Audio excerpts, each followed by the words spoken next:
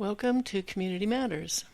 Thank you for joining us. This is your host, Becky Steinbruner, and we are honored today to have in the studio with us Chief Mark Correira from Scotts Valley Fire District. Welcome, Chief Correira. Thank you. Thank you so much for being here and for coming all the way into the studio. It makes for a much better interview, I think, and I really appreciate your effort today. Certainly. My pleasure. So today we're here to talk with you about Scotts Valley Fire in general, Measure S, which is the bond measure that Scotts Valley Fire has on the ballot, but also a little later in the program, if it works out well, I'd like you to be a representative of the Santa Cruz County Fire Chiefs Association and talk about their opposition, your opposition to Measure Q. Certainly, yeah. Great. Thank you very much. No problem. Well, let's begin. You have been our guest on Community Matters before, but please, for new listeners, introduce yourself. Sure, yeah. I think this is my third time being on. Yes, it show, is. So it's certainly an honor and a pleasure to be here. So, thank you. For those who don't know me, I'm Mark Correira. I'm the fire chief with the Scotts Valley Fire District. The Scotts Valley Fire District serves the area basically along Highway 17 if you're heading north towards San Jose, from the Santa Cruz City border north to the Laurel-Glenwood cutoff area, heading north towards the summit, as well as to the west to Felton Fire, and now one of our more newer areas that we just began serving late last year, is the Branch 40 Fire District. So they are now part of our fire district. We basically have 3 fire stations now. 2 of them are staffed with career paramedic firefighters that respond to all types of emergencies at any given moment. I've been with the district just over a year, about a year and a half now. I started last June, and it's been a great time being in the district, as well as having the opportunity to lead the men and women of the organization and serve the community of Scotts Valley. You've done a great job. Oh, thank you. I really think the people in that area are in good hands. I've been watching the most, especially the reorganization with Branciforte Fire and all of that. I have a lot of friends in Branciforte, so I've been attending your board members' meetings, and it's very, very well run. Oh, good. I'm glad to hear that. Responsive, yeah. Yeah, we've been doing our best. Just on that side, we've been doing our best to really reach out to that community so they understand, or making ourselves available to them. About a month and a half ago, there were 3 somewhat significant incidents. For larger districts, they probably would have been a more routine incident, but for a small community like Branciforte, we had 3 incidents. One, a motorcyclist hit a deer along Branciforte Drive. Oh, wow. There was a second one where somebody's roof was on fire, and then there was another one where somebody had a chimney fire that caught the inside of their flue on fire. So we responded to that, but we used that as an opportunity to reach out to the community. We hosted a community meeting so people could come and ask questions not only about these incidents, but as well as about Measure S or about the reorganization. And for the most part, from the people I've talked to, they seem very satisfied with the service that we're providing. They understand that although it does take us a little bit longer to get there, they're getting a full complement of 3 firefighters on an engine company that's fully staffed with some that are hazardous materials technicians versus what they had before, which was basically 1 full-time firefighter and a volunteer. 2 very different levels of service. They're getting that service for the same amount they were paying before. So it's from a regionalization standpoint, when we talk about regionalized fire service, I think it's a really good example of how it can benefit. It helps Scotts Valley with, although we serve a larger area, we have a larger tax base now, slightly larger tax base now that would certainly help us into the future, while at the same time helping the Branciforte community receive a higher level of service. So still a lot of moving parts, still a lot of work to be done, but it's a great, in my opinion, it's a great example of how regionalized services, especially on the fire side, can really make a difference. Mm-hmm. Thank you. And I think we're going to see a lot more of that in Santa Cruz County in the near future with County Fire, CSA 48, Pajaro Valley Fire. Certainly, even the city of Santa Cruz is discussing annexing with Central Fire. So, yep, for sure. Interesting times ahead. But you've led the way with how it can be done and how it does benefit people. The community meeting you had with the residents of Branciforte. Was that held at the Branciforte Fire Station? Yep. Yeah. So one of the things that's really important with a community meeting like that is we bring that to the people. So those that are affected in that neighborhood. If we had a fire in downtown Scotts Valley, as an example, we would probably host that at our Urbalane station. If it was up in Glenwood, we would host that at our Glenwood station. It's something that I've been part of a few times in past fire departments that I've worked for, and it's a really valuable tool that we have for community outreach, a way to reach out, answer people's questions. For firefighters, it's interesting. For firefighters, fire chiefs, people who are in this line of work, we go to a call, we go home, and that's pretty much it for the most part. But for the community, some of these events can be very traumatic. They hear about this or they hear about something else. And being able to actually help them with that closure, giving them an opportunity to answer the questions that they may have about a response, or why did you send 3 engines, 12 people to that call? Explain that to me. How long did it take the paramedics to get there? How long did it take the ambulance to get that person to safety? This gives us an opportunity to have that forum and then build that relationship much stronger with our community. So it's extremely valuable. And for those listening in the audience, when the reorganization happened, the Branciforte Fire Station was closed. And so the response now comes from Scotts Valley, the 2 stations, Glenwood and Urbalane? Correct, yeah. So that is correct. People use the term closed. I like to refer to it as more as unstaffed. We removed the 2-person or 1 person that was there 24 hours a day, which arguably, and I've said this in multiple community meetings, when you run a model like that with only 1 firefighter and potentially a second, it's a false sense of security for that community. Firefighters are trained to work in teams. They're trained to work as 3 people or 4 people even, or even work as 15 people, depending on the task that they're doing. And to only have 1 firefighter or 1.5 firefighters there at any time not only puts the community in a bad spot because there's very limited things that they can do because they have to wait for those additional resources. Similarly, it puts that firefighter in a really bad position. Right. Because firefighters are trained to take extreme risks to accomplish a goal. And whether that's going into a burning building or going in to rescue people, and putting that firefighter in that risk who's trained in that way, it really creates a bad situation for that firefighter. So this is, again, a good example of how we can help serve the larger, broader area as well. So, Indeed. And I think the state mandate is that 3 firefighters respond to an incident on an engine. Isn't that correct? Well, I don't know about that mandate, but there is federal legislation that passed years ago called 2 in, 2 out. So basically you need 4 firefighters on the scene before you can go into a burning building, unless somebody is, unless there's a imminent rescue or somebody's trapped. And in that situation, you need to still have 1 firefighter outside. So it's possible where the 3 came from, the number 3 came from, but generally speaking, like I was talking about before, sending 1 or even sending 2, it's one thing. It's one thing if you're going to use it as a quick response and they have additional resources coming from some other area.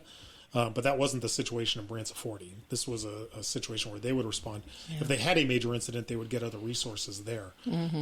As an example, today and starting yesterday, we're pre-positioning apparatus into the Branciforte fire station because of the red flag warning. That was going to be my next question. Yeah, we're trying to get that word out to the community. They've been driving by and seeing our staff there. Excellent. But we reached out for support from Cal OES about pre-positioning apparatus. They were doing it over the hill in Santa Clara County. The request went up and they approved it. So we have staff that are stationed there that if there is an event in the county, we could actually pull these resources in to potentially respond.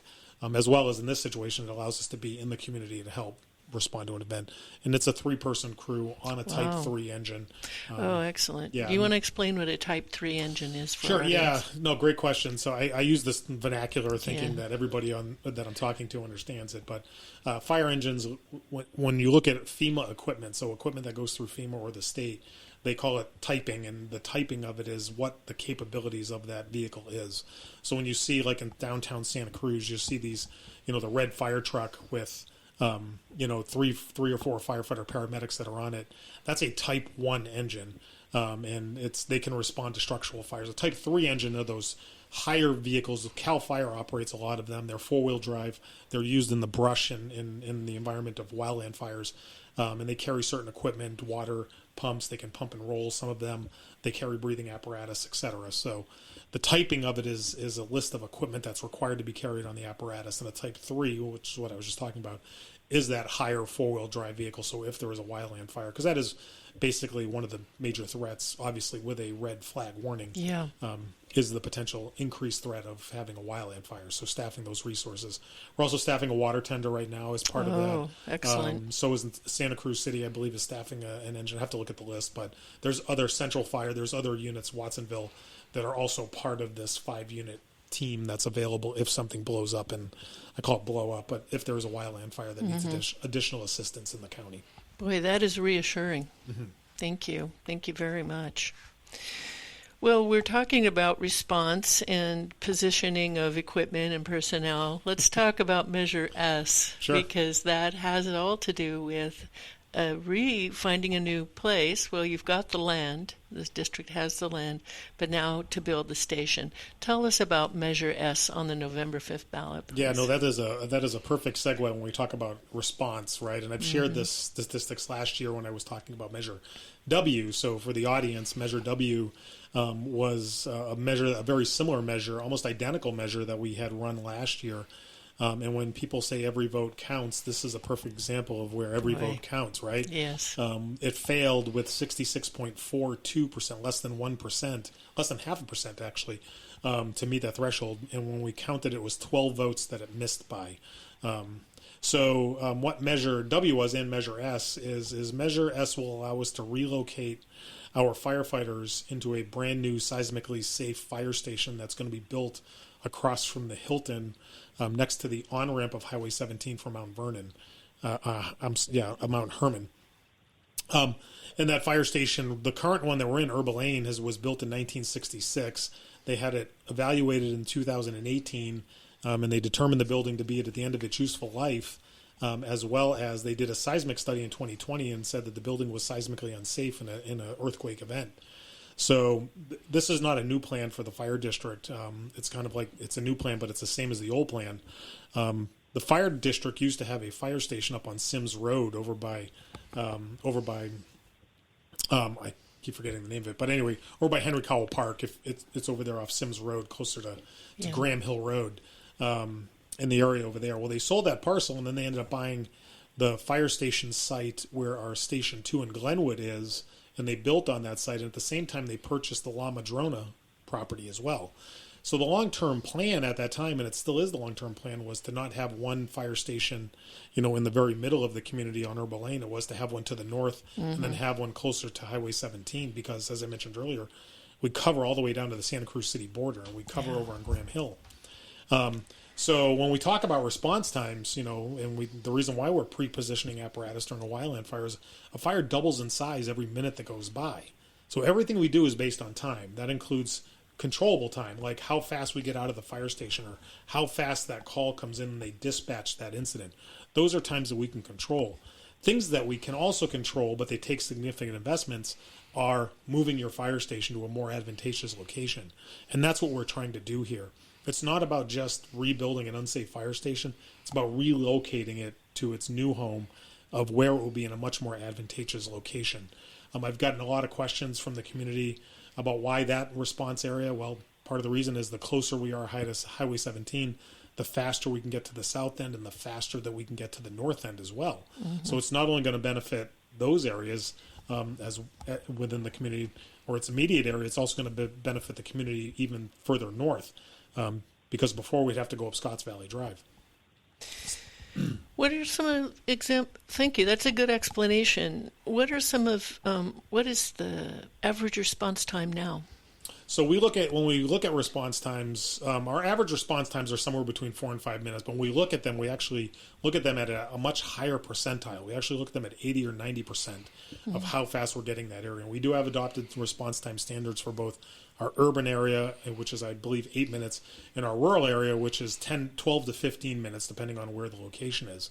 And that's to get a first responder to that incident. So our more rural areas like Glenwood or Branson 40, we are still meeting those response time goals. But where we're struggling is in that urban area, trying to get to those more busy areas. So moving the fire station south, our busiest area is along Mount Herman Road.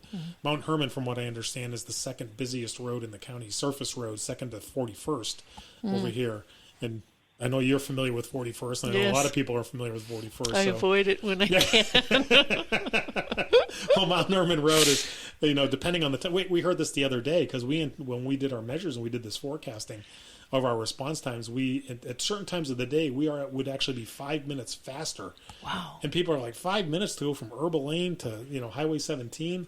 There's 5 intersections between that we need to navigate that are controlled with lights. Yeah. And you know what happens with lights. 41st is a perfect example. Traffic backs up. They struggle to get out of the way. And we're coming through with a 50,000-pound piece of apparatus with the siren blaring, taking our time navigating these things so the community is safe.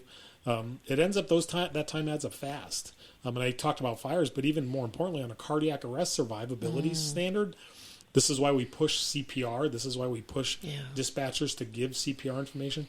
Every minute that goes by in a cardiac arrest event, you have a 10% less chance of survival if somebody's not doing CPR or we're not getting there quick. Wow. So that's why response time is so important. We certainly understand we're asking for a lot of money. This Measure S asked for $24.5 million. Last year we were asking for $22.5 million.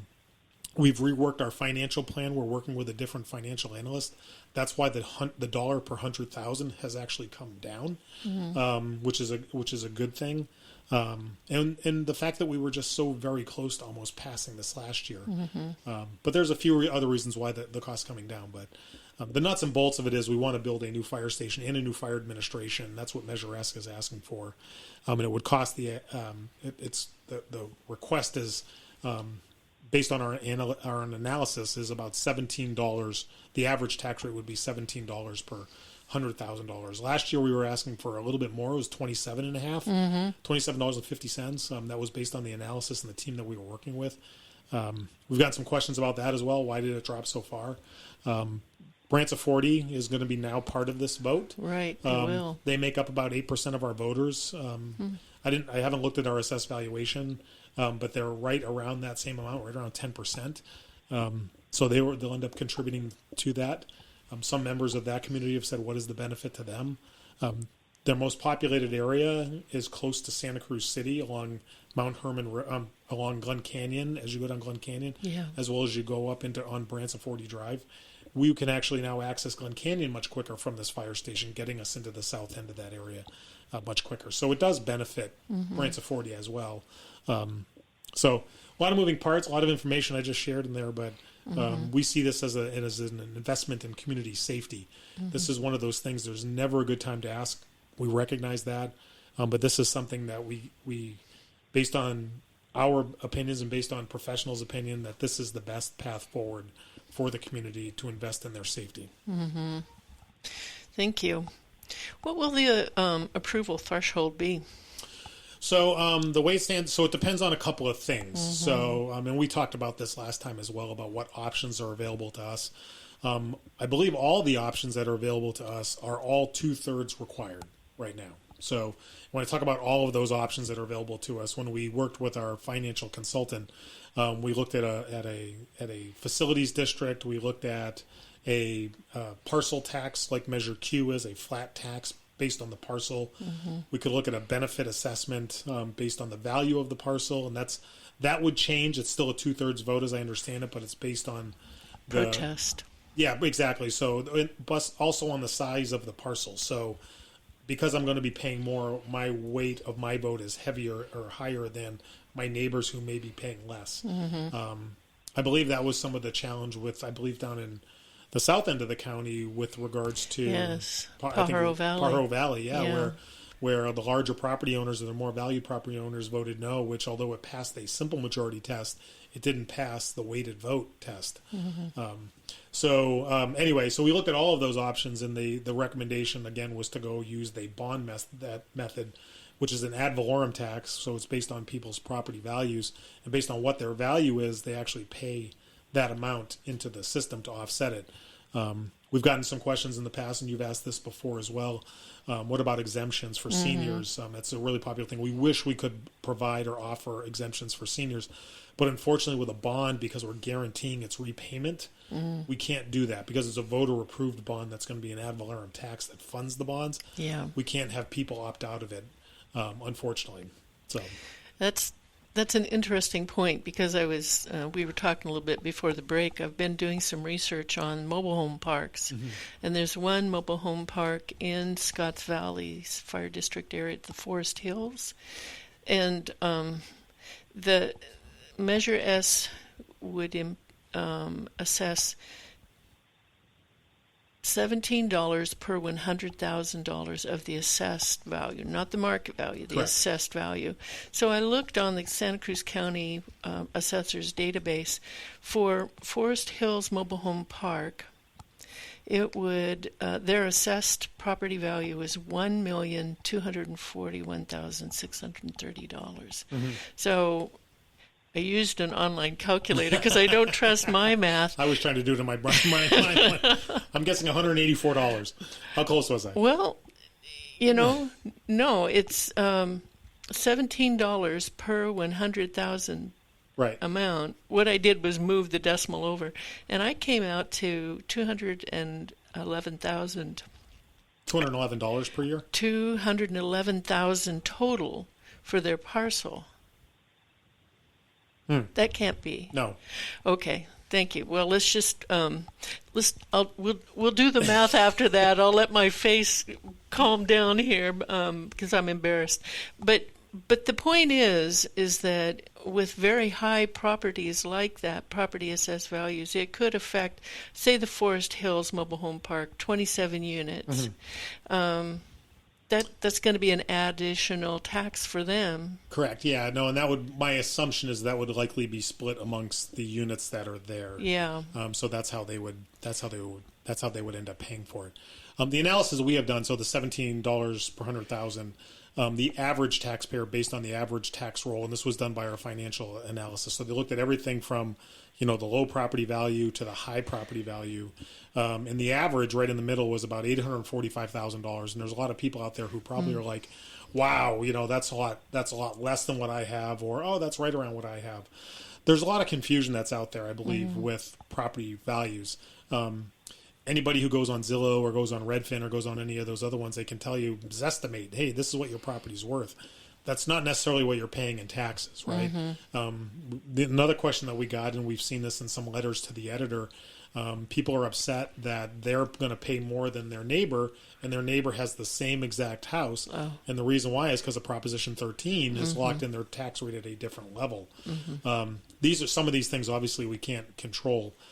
So back to the original point, the average taxpayer, that $845,000 person, that $17 per 100,000 of assessed valuation will levy about $107 or $109 per year is what the additional payment's going to be. So for $1 million, it would be $170 basically. So that's where I came up with that 184. Yes, in my you're mind much better at math than I. I don't know about that, but that's where I came up with that number. The challenge, it's an ad valorem tax, right? Yeah. So and some people prefer, hey, it should be a flat tax, which depending on where you're sitting on that flat tax model, arguably it could be regressive in nature, right? Because somebody who's paying the same amount, even though their property is less. But, how else do you base it? We have very few tools in our toolbox, basically 4 or 5 that we have available to us to help fund a major project like this. I do want to highlight, because I think this is an important piece, especially in the Scotts Valley community, is the last time that Scotts Valley Fire District increased its taxes was 1996. We've run other ballot measures. Some of them have failed. In fact, we ran a very similar bond measure back in 2006 for this project at that fire station and administration at the time, and that failed by about 45 votes. And I believe it was only $8 million they were asking for at that time. So we've asked for money, and it's failed. But I'd just like to highlight that one of the things that have really impressed me as the fire chief when I got here from out of state and from working as a fire chief for 10 years is the culture of frugality is what I call it. There's this culture of frugality internally that has allowed them to stave off having to go back out and ask for more money. We live within our means. We make adjustments down the line. The firefighters took pay cuts back in the 2014-15 era during the downturn in the economy. Wow. So people didn't get laid off. So they've really worked hard. They work on the apparatus. I was talking with our battalion chief earlier today about vehicle maintenance and how we do a lot of it ourselves and what we need to send out. Similarly, our Herbal Lane station had water coming through it last year. I think I told you that story. The battalion chief who was on duty was the one who actually went out and fixed it. So included putting in a new window, putting in new plywood, putting in new siding, so that it's all buttoned up. And we probably would have had to pay 3 to 4 or 5 times that had we brought in somebody, which a lot of departments do, and we certainly could as well. And I know there's a lot of different mixed views towards that. But we try to live within our means, and we try to adopt that culture of frugality when we're looking at things to help do that. So for us to go out and to ask the community for money, we've exhausted every other remedy at the end of the day to get to where we are today. Yeah. Well, I applaud the do what you can on what you have. Culture of frugality. I really do. I think it means a lot, especially in these times. Regarding the approval threshold, if State Proposition 5 passes, how will that affect you? No, great question. So, I mean, that's what I was talking about, depending on a few other things. Yeah. So I got way off track on that whole conversation. We're talking about frugality. That's easy. So I'm glad you brought that back around. Proposition 5 is ACA 10 or 13 or whatever the numbers were before. I've come to this measure as well. That really didn't play into the factor as far as why we went back out to the voters this time. I'll share that reason why in a minute. But when talking with our financial consultant and we did some polling as well just to get a sense to see if there was still confidence in it of our plan of going out to the community. And our polling came in very similar to what our vote count was last year. Came in at 70% with a plus or minus of 5%. So depending on where we are in there. But anyway, we did write into our resolution that if Proposition 5 does pass, that we would meet that new threshold, that 55%. So if Prop 5 does pass, which it's still uncertain as far as that goes, obviously, then certainly we would meet that 55% if we don't get the 66.67%. So let's say we come in at 64 or 62, but Prop 5 passes, then yes, we would move forward with building the fire station as well. That's an interesting situation, isn't it? It is. Oh, for sure. Again, it didn't play into the factor as why the board went back out, or at least my read on why the board went back out for the vote. It is an interesting time. We could have certainly waited to see what happens with that and then go back out. But the fact of the matter is that we're in a building right now that's not only in its wrong location, it could collapse on the firefighters and the equipment at the time when the community needs us most. And that we don't know if that's going to happen or not. We've seen public comment, or somebody put a comment on our social media page that, well, it survived the Loma Prieta. We just had the 35-year anniversary of that. And that was my response to that. It's like, that was 35 years ago when the building was half its age, So, and it was very quick from what I understand. My wife at the time was over the hill. That's where she grew up. And she was actually in Milpitas when it happened. But I talked to my mother-in-law who's in Los Altos, and she was talking about, the stuff falling out in the garage and trying to get upstairs to get to her kids and all this other stuff. And it was much different over there than it was here. Not that there wasn't damage here, but we were very close to the epicenter, and it was very short.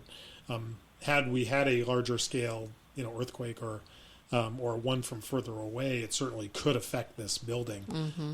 It was interesting. We invited one of our really prominent local media outlets, My Scotts Valley is what it's called. The person that runs it is a gentleman that sells real estate in town. His name's Robert Aldana, and we invited him and said, hey, would you be willing, because he's offered to do this for us before, would you be willing to come do a video walkthrough of our station? Nice. So kind of like bringing that open house to the people via social media. Yeah. And it really worked out well. He did a really nice job on it. We had Battalion Chief McNeil, who was the one who was actually fixing the building last year. He's been in the department 35 years, has seen this transition of the organization and of the building.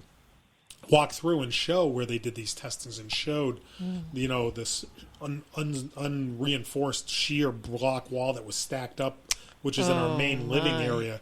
And also the cinder block wall that was stacked without any type of reinforcement, because the building was built in the county, back in the 60s by volunteers, where the building standards and codes were much different back then.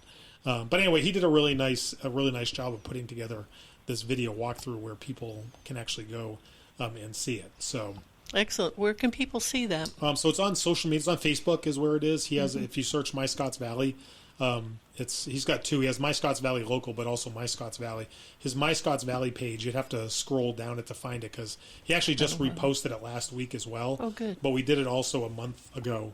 when we first rolled it out. So again, it does a really nice job of kind of walking through the building and showing where the hazards are and where the challenges are for the building.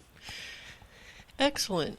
Thank you. I'm glad that's available for people to see, especially as they're trying to decide on Measure S. Yep. Thank you. So, can you just go back a little bit to the average assessed value of Scotts Valley properties? Yeah, so like I said before, we're working with a private company, a financial analyst group that actually does this type of work, that looks at what your options are, looks at all the choices, sets together your plan, helped us with the resolution. I mentioned a few minutes ago, our average assessed valuation within the community based on the tax roll is $845,000. And that's what the $17 per 100,000 would be based on. Mm-hmm. Thank you. So that's what people could expect. And what about, I'm going to assume that this will be the time that will be the charmed passage, and it will get, that new station will get built. What will happen to the old station on Erba Lane? No, great question. One of the things, so I got hired here last year just as, in fact, my first official board meeting. So they approved my hiring at the previous board meeting. The first official board meeting they went to, they approved the resolution to put this on the ballot. And I knew it was coming down the pipe because I had done my research on the organization, and I had some conversations with the different elected officials about this. And I asked them what they were doing with regards to any type of polling or any type of outreach. And the feeling was that because the CZU fire had just happened a few years before, is that it would still be fresh in people's minds, and that we didn't necessarily need to do those things, and which caused me to raise an eyebrow a little bit, because there is kind of a standard approach to how you do these things. If you're going to go out and ask the voters, then there's probably makes some sense to do some due diligence, and not that the district didn't. Obviously, we hit 66.42%. But there's certain things that we could do, and that's one of the things that we've done this time to answer your question, is we're really trying to focus on public outreach, really trying to get out to the community what we're doing and what our plan is. Because there was a lot of confusion last year with W is what we heard from some people. Believe it or not, some people weren't aware of it. They weren't aware of our need. Oh, wow. They weren't aware that the fire station was so old. When they heard about it, it was late in the process, and they didn't know. Our local school district chose to go out 21 days before on a special election, which created confusion for people thinking the second ballot that they got really was a mistake, so they threw it away without even opening it. So we've really tried to focus on outreach, and one of the pieces that we're focusing on is our financial plan. And what's included in our financial plan is what we're going to do with the Erba Lane Fire Station. So we've already had the building assessed, and the plan is going to be is that we'd actually sell that property for the best actual use for it, which will likely be housing within the community. As you know, Scotts Valley, they're required to find homes for 1,280 people is the number there, but it's much higher than that. That is what they're looking at. So our financial plan is not to build a third fire station. We're talking about, or build a fourth station, is to build a third station, relocate the apparatus, relocate the firefighters, relocate our administration to the new fire station site eventually once it's built. So, and then using the proceeds from the Erba Lane Fire Station to offset those costs, as well as we have $1 million in reserve funds that we've set aside as well for the fire station to be built as well. So we do hope, fingers crossed, that we get it across the finish line this time. I know there's always that question out there, what happens if you don't pass it? Yeah. I don't think we've crossed that bridge yet. You know, we're hoping by going out to a larger turnout with the larger presidential election that we'll get more voters out there, getting a better sounding of how the community feels about our plan and our project. Our challenge this time around, though, is there's 17 total in the county, I believe, 17 initiatives. There are many. Yeah, exactly. Yes. And we're also, the city of Scotts Valley has a business license tax, Measure X, that they're proposing, a readjustment of their existing business tax license. Our local school district is back out on the ballot with Measure O. They're asking for $80 million, which could cost taxpayers a significant amount of money. So there's a lot of items now on this ballot that we're competing with again. So as well as state propositions. As well as state propositions, for very similar projects to Measure Q, as we'll talk about later. You know, yes. So we see there's a lot of competition, for lack of a better term, we're dealing with. But at the end of the day, we're going out to the voters. I never got to this, but the reason why the board chose to go back out again so quickly, and I've shared this a few different times, it wasn't about Proposition 5. It wasn't about other things. We started doing research on what our options were now and when it made sense to go back out to the voters, because we believe that our plan is sound. Relocating the station to a more advantageous location makes sense. The cost of building is likely not going to decrease. And then what were our temporary measures that we could do to protect our firefighters and our staff so that if we were to have a seismic event, how can we protect them as an interim step? So we started looking at different options. We started looking at temporary housing for them in a construction type trailer outside of our building.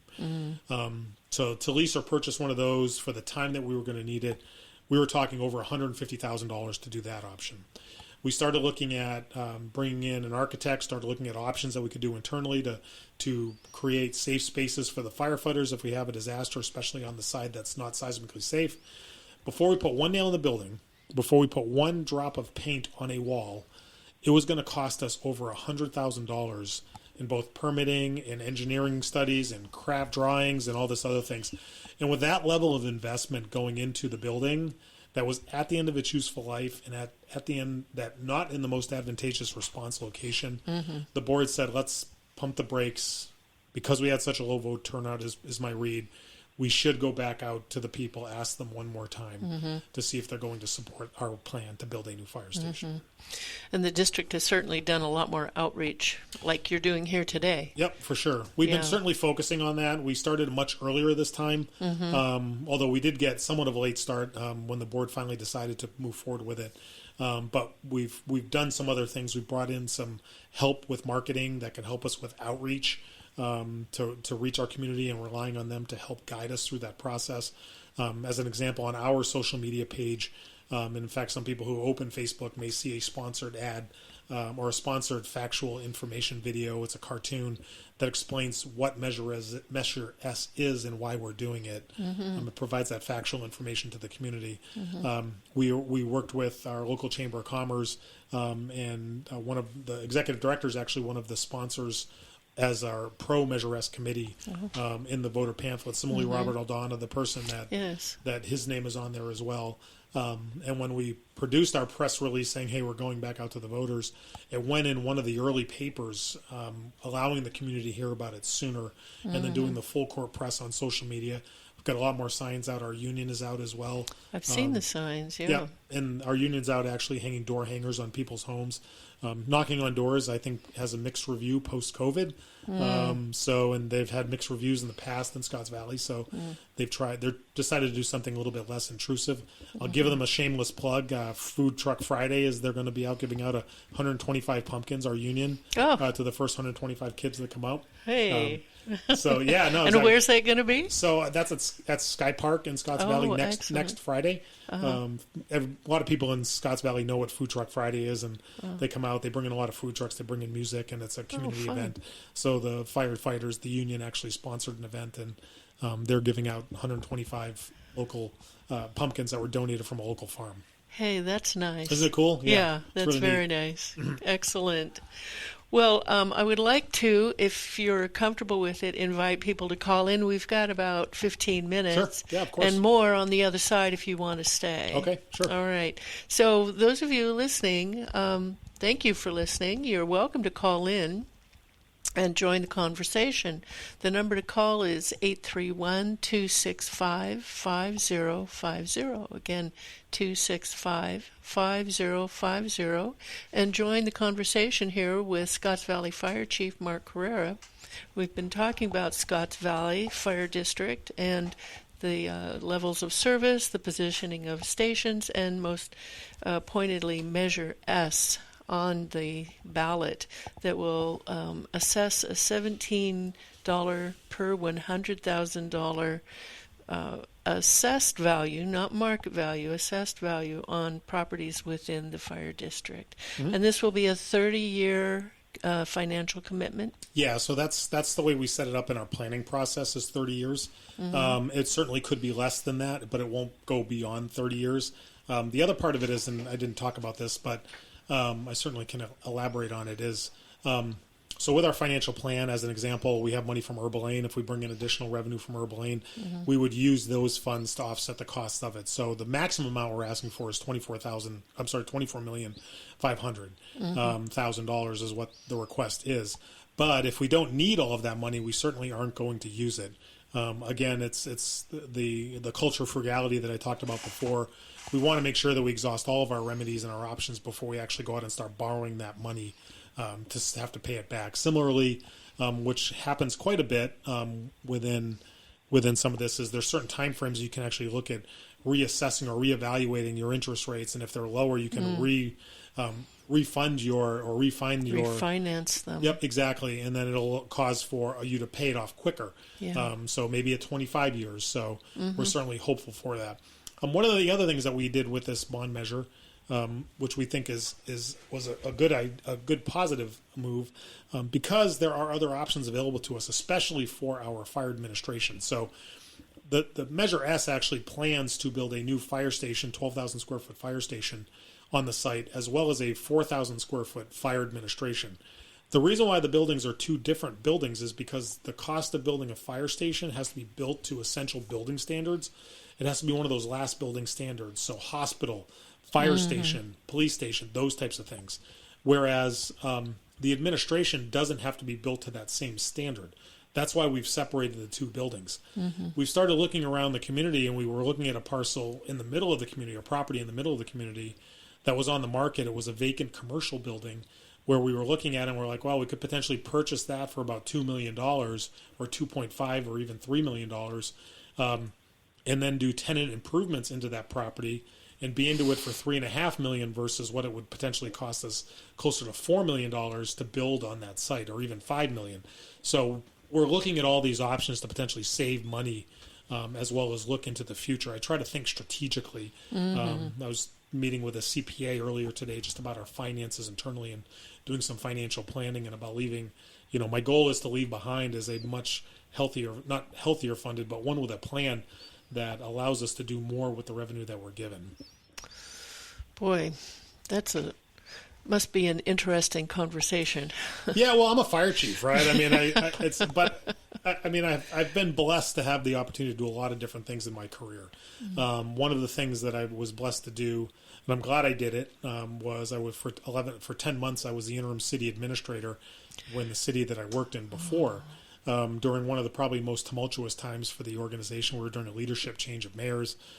So I ended up stepping in because the city administrator had left to take another job somewhere else. Wow. So I just stepped in because I had been there the longest and worked through a handful of... Was that during COVID too? Yeah, so I was the emergency manager for the city as well. So this was in 2022 is when I ended up stepping into that role. Yeah. But 2020 and 2021... where I was actually working, a lot of people think of Kirkland, Washington as one of the first spots because that was one of those major breakouts that they had of COVID-19. But the first patient that actually arrived in the country was in Everett, Washington with COVID, which was in the fire district that I used to work in. Wow. But anyway, so I was the emergency manager planning for these things for COVID when it was coming through the city, having to do these emergency. In fact, our mayor and our city administrator in January of 2021 caught COVID. So I got pulled into City Hall from the fire station as the emergency manager just to provide calming the nerves and provide some leadership while I was there. And then I'll never forget when I got the call on a Sunday because the mayor called on Thursday saying he was sick, called me on Sunday and he said, I just tested positive for COVID. I'm fine. But we need to do a press release and get this out to the community that, hey, the mayor just had COVID, so everybody needs to be really cautious in town. But anyway, long story short is I had the pleasure of the opportunity, I should say. I won't call it a pleasure because what I had to go through, and I'll save that for another time. As the city administrator, makes me a better fire chief, especially in a fire district, because I had to deal with human resource issues. I had to deal with property tax and utility tax because we were a full service city, dealing with utility rates and complaints about trash and all that other stuff. So it allowed me to come here and really have a different perspective on things and look at things maybe a little bit differently than past chiefs or past battalion chiefs that have been at the fire district. Yeah, definitely. What a good skill set you've got. Because as the chief, you wear a lot of hats, really. Yeah, we're required to, right? And we're pushed. We're general managers ultimately, right, of a water district. That's really what it is, right? Exactly, or chief executive officer, however you want to call it. And we're required, as an example, especially in a small fire district, and smaller fire districts even struggle with this more. I get the benefit of having 2.5 administrative staff members. An admin services manager. Our 25-year one just recently retired, so that you're familiar with. That was an incredible asset to our community. Yes. And we've transitioned another great candidate into that role who's doing great things. Heck, someday I may be working for her as the fire chief. You never know. Or as the general manager of the organization. But looking at things from a different perspective is, I've had that experience, or I understand those things. So it allows me to answer questions about finance, or answer questions about human resources, or understand why a city is doing something a little bit different. It certainly has prepared me much better. At least I feel more informed. But the other side of the coin is I'm still a student of this job, and I'm learning something every day. Like I understand that I don't have the technical expertise as a finance director to do a strategic debt management policy. I want to bring in that specialist that can help us with that. And you're aware that you need to go talk with that person, as you did today. So exactly. Good work, Chief. Good work. Thank you. We've got about 8 minutes left before the top of the hour, and it will go off for a recorded news break. Anybody out there that would like to call in with your questions, comments, or any thoughts here for Chief Mark Correira from Scotts Valley Fire District, please do so. The number is 265-5050, and we'd love to hear from you. I noted, Chief, that there was no opposition filed to Measure S. That's good. Yeah, no, for sure. There's been no formal opposition within the community that we're aware of, at least no organized formal opposition to it. There was no anti-Measure S put in the arguments against. The feedback that we've gotten from the community has been myopic at best, or even just somewhat people misunderstanding. From what I understand this from talking with other elected officials who have done this in the past, they say about 15% of the community will vote no, right? They're just going to vote no. So what we're trying to do is capture the difference between 85% and 66.67, and getting everybody informed on what we're really trying to do that's out there. So we're certainly confident. I presented to many different groups. On Wednesday, I presented to our Kiwanis Club that I'm a member of. Got a lot of good questions from them about it. And a lot of them have been in the community for a very long time and remember the Sims Road Fire Station and why we sold it. And not understanding that when they sold that, they actually bought 2 sites and the plan was to build that second site. When I talked with the fire chief that was working there at that time, in fact, what he told me was one of his biggest regrets was not going out and asking for the money for that fire station. When they built the Glenwood station, they should have done it in one package versus doing them separate, because it just created so much confusion that was out there. Just last Friday at lunchtime, I presented to our senior community, our older adult population within the community. They have a luncheon, a soup and salad luncheon.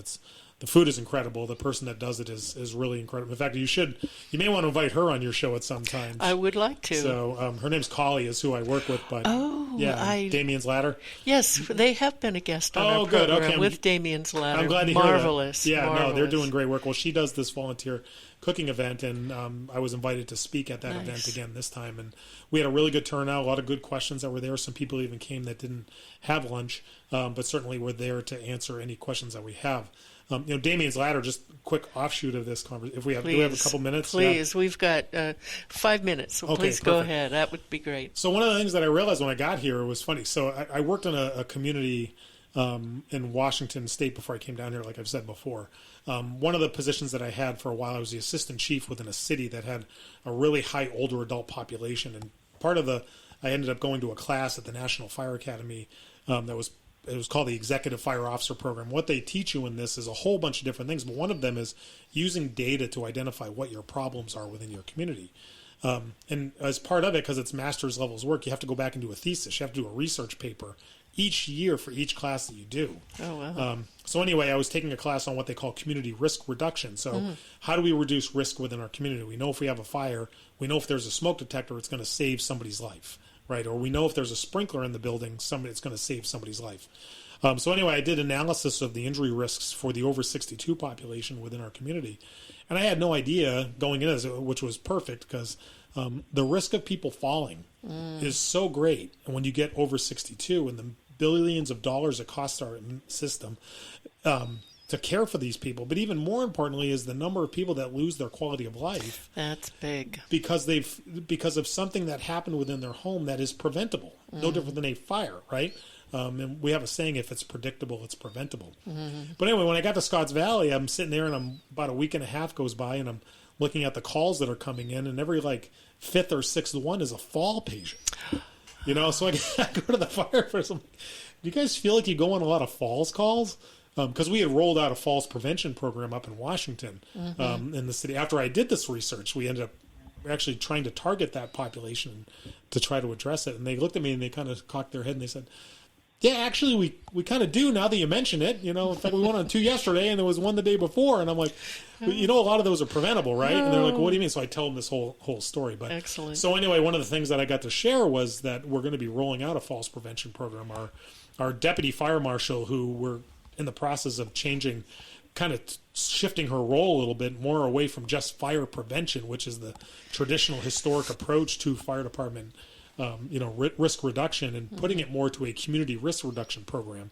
We've got people trained already up. We're going to start reaching out. But as an example, some of the things I learned from my research is there's a lot of simple things people can do to prevent themselves from falling. Everything from putting up night lights at night, so when people are trying to walk through their homes in the evening, when it's dark out, they can actually see where they're going. Throw carpets, which everybody loves. Move those out of the way and get ones that stick to the floor. Watch out for your pets, put up grab handles if you're unsteady, those types of things. Well, Damien's Ladder is a perfect partner for that, and we've talked with Collie about doing that for low-income families or seniors that are on fixed incomes that can't afford some of this work. Yeah. It's a natural progression. So our goal is to start rolling out this program here in the very near future, as well as partnering with Damien's Ladder to help support those types of programs that they came in and they shared with you before. Boy, that's marvelous. It's marvelous. It's a great idea of a symbiotic relationship, right? Yeah. Of ways that we can really help each other and really reduce the risks. And now, for us, what a lot of people would ask, well, what is the benefit to you, right, as a fire department? Well, there's a couple of benefits to us. One is we're no longer sending that $1 million fire apparatus down the road with five other people or 3 other people on it to go pick this person up, but more important, putting them at risk, right? Yeah. The person that falls between the toilet and the bathtub, that happens quite regularly, when they're all soaped up and wet and we're trying to pick them up. Yeah. It prevents those types of things from happening. So it reduces our potential injury risk. It reduces our responses, which a lot of people don't think about this. When we're going down the road with our lights and sirens, that is a risky situation for the community. Absolutely. You know what I mean? Coming through an intersection. And for the fire responders. And for the responders, right, exactly. Yeah. So if we can reduce the number of those, and put us in a position where we can respond to them safely, then we certainly would. Not that we respond to those, but if somebody's hurt, we actually do turn on our lights, and because we want to get there quickly. Yeah. But anyway, Damien's Ladder is a wonderful service. We haven't used them yet, but our plan is to partner with them in a way that can really help support each other. That's excellent. We've got 1 more minute, and I'd like to give that to you to wrap up with Scotts Valley Fire, Measure S, but feel free to continue on in the next hour if you want to. Okay, no, that sounds great. So somebody asked me this the other day, give me the 5-minute elevator pitch or the 1-minute elevator pitch for Measure S. As I've said before, Measure S is an investment in our community. It's something that's creating a safer environment, not only for the firefighters, but also for the community. We've looked at it multiple times. We feel that our plan makes sense. We've gotten a lot of support from it. It's going to put us in a more advantageous response location. I've already talked about those benefits of how time matters to firefighters. Yeah. We've got our financial plan to a point where I think it's much more reasonable. Got the dollar amount down lowered below $20 per $100,000 of assessed valuation. I encourage people, if they're not really sure what it is, to go look at their tax bill or go look at their tax bill online and to see what their assessed valuation is, to get a sense of what they're really. And if they have a question for us, they can reach us at info at scottsvalleyfire.com or call our headquarters, and I'll be glad to take any questions that they have. Okay. Thank you very much. Thank you. We're off the air, but please stay if you'd like to, and we'll. I think your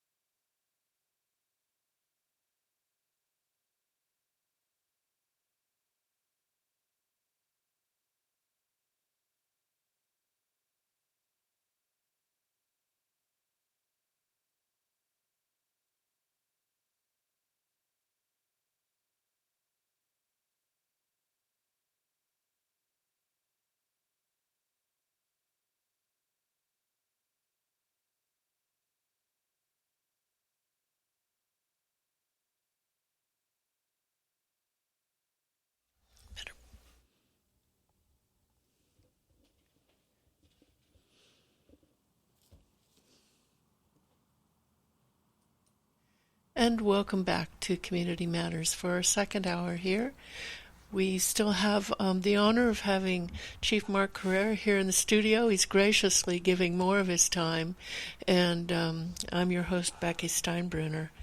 Chief, thank you, and I want to just start off this second continuation of our talk to, again, invite the audience to call in at 265-5050. We did have a caller during the news break. They dropped off, so caller, please do phone back in. So, Chief, I think we, for those of you just joining us now, I'm here with Chief Mark Correira, the fire chief from Scotts Valley Fire District. In the first hour, we talked about issues within the district, the strengths, and a lot about Measure S, the bond measure for $24 million that will, if approved, would add $17 per $100,000 assessed value for those parcels within the Scotts Valley Fire District boundaries. So, Chief, you did a wonderful job explaining everything, and I just so respect and admire you for the good job you're doing to serve the people and the staff of Scotts Valley. We ran out of time a little bit there at the end, so my apologies. I'm not a good time manager like my former co-host Jeff Bosshard. He would hold up cards, and I knew exactly where we were. You were trying. I was too long-winded. No. It's not on you. No. So if you could let people know where they can contact you and learn more about the district and Measure S. Yeah, certainly. So our website is scottsvalleyfiredistrict.com, all common spelling. A minute ago or 30 seconds ago, you mentioned Measure S and what Measure S is going to do. Measure S is, yes, it's going to be a tax implication, but what Measure S is really going to do is build a new fire station and building a new fire station and administration in a much more advantageous location and replace our existing seismically unsafe building that we currently have. If people do have questions about that, because I just spoke about it during the last hour, you're welcome to go to our website. You can call our fire administration, which all that information is on our website, or you can email us at info, which is info, at scottsvalleyfire.com. So info, at scottsvalleyfire.com. Okay, great. And when does the Scotts Valley Fire Board meet? So our board meets the second Wednesday of every month at 6 o'clock at night at the Scotts Valley City Hall, located in their council chambers. They've been meeting there for quite some time now. Our current facility, although we do have what they call a boardroom, it's more of a conference room that we use for staff meetings and things. So they've chosen to capitalize on using the Scotts Valley City Hall building. In fact, that's another option too. I didn't really dive into that too deeply last time, but I mentioned the flexibility that we can have with our administration building. Depending on the timing and all that other stuff, if Scotts Valley City or if Scotts Valley Unified Fire School District is looking to partner, we could actually partner our efforts and build or be part of one building as well that could potentially help save money or reduce some of those properties. That's stuff we haven't really dove into. There's a lot of moving parts with that. You know, not only the interest, but also the ability and finance, et cetera. So anyway, it's certainly something that we could potentially do, looking at it from a cost avoidance or a cost efficiency standpoint. Excellent. It's always good to partner with other agencies in your community to benefit one another when you can. Yep. Definitely. One thing that I wanted to ask you about Scotts Valley Fire that is an issue with Central Fire. Last Friday, Central Fire Chief Jason Nee and Assistant Chief Anthony Cefaloni were our guests here.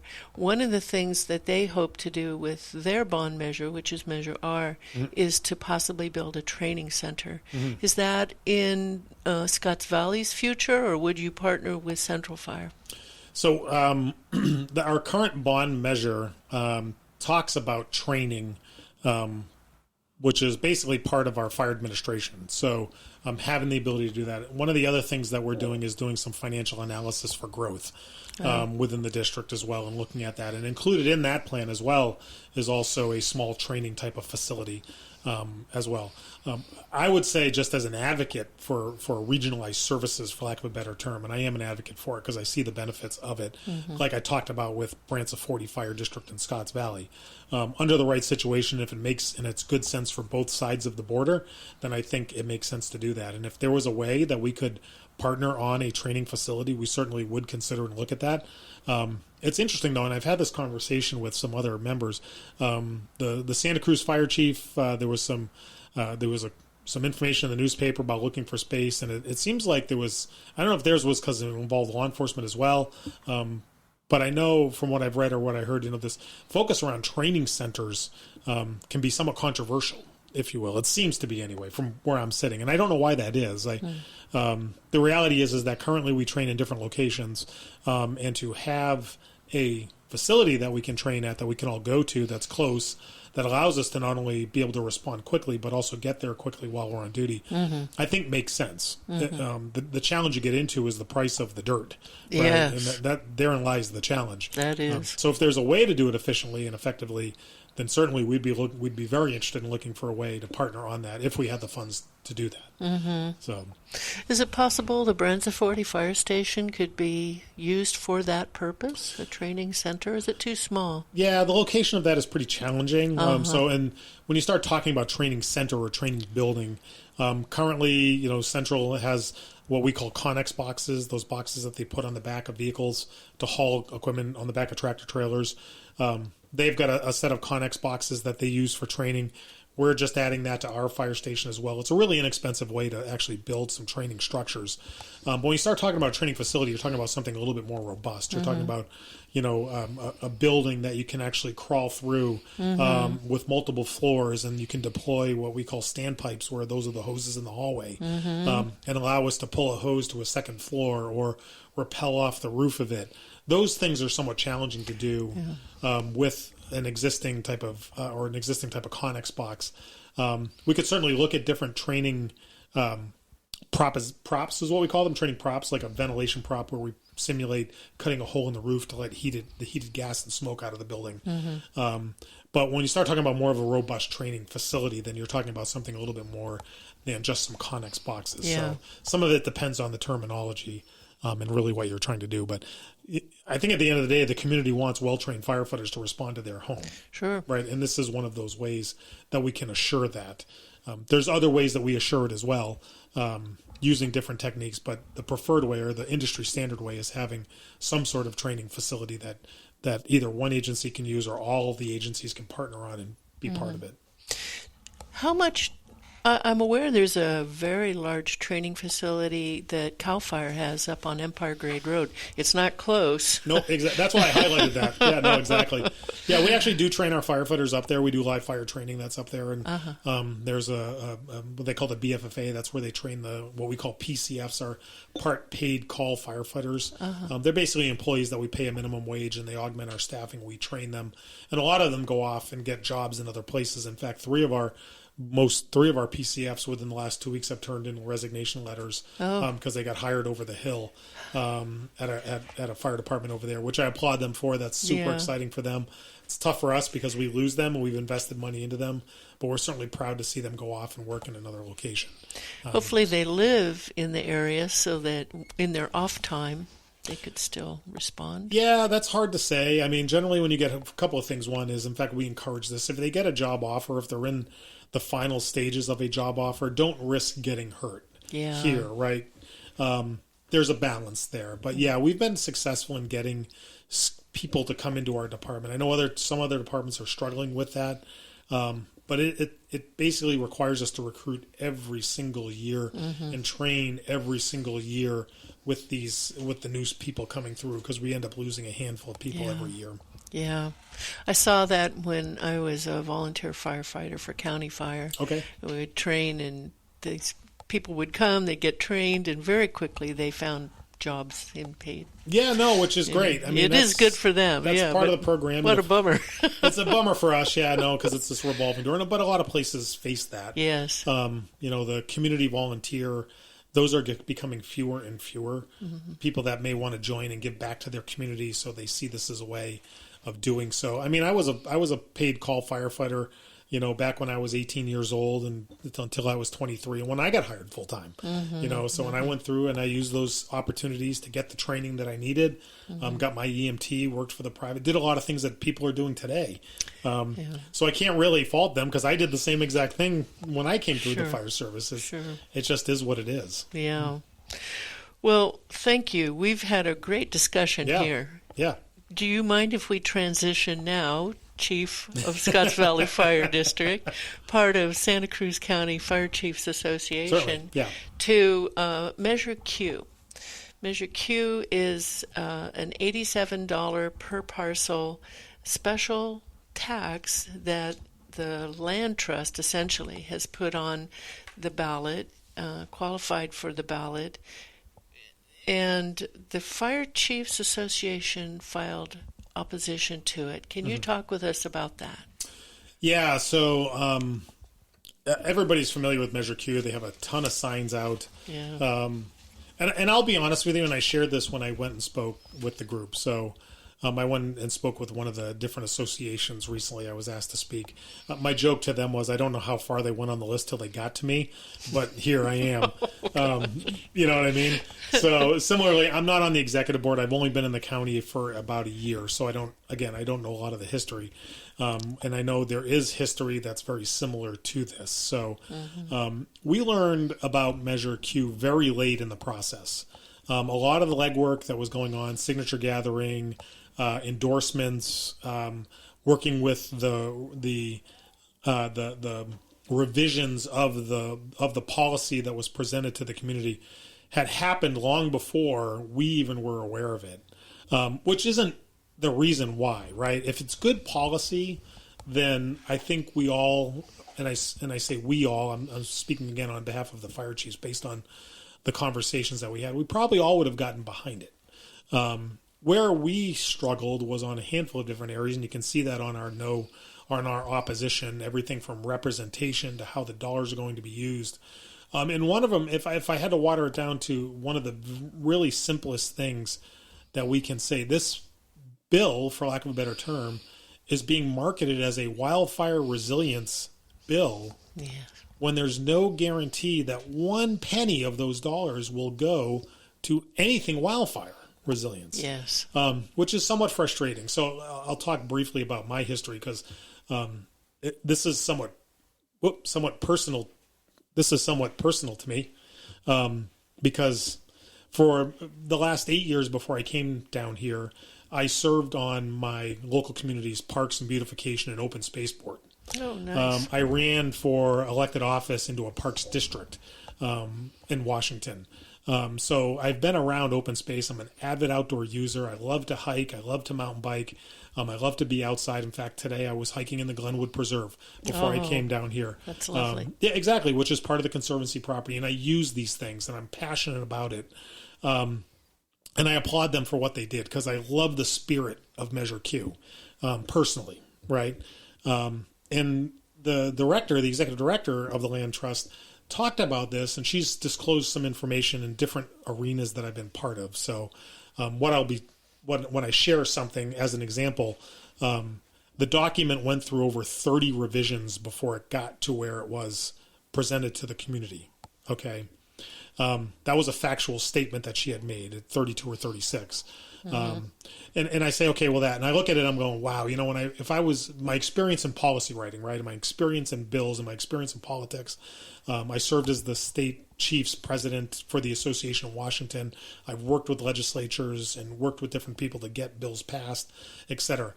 And when I hear about that, when I hear 33 revisions, I go, wow, interesting. The spirit of it based on its cover must have been magical. And that first 2 or 3 revisions must have been really great. It was good legislation and they had to work together.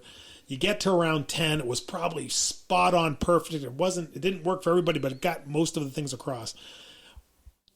Everything beyond that, okay, between maybe 13 or 15 and 36 or 32, that's when all the fat started getting added. Okay. And that's what I see had potentially happened. I think where it started and where it got to the other end, it's what I refer to as making sausage. When they made the sausage, what came out the other side was not the sweet Italian sausage they were hoping for. It was something else.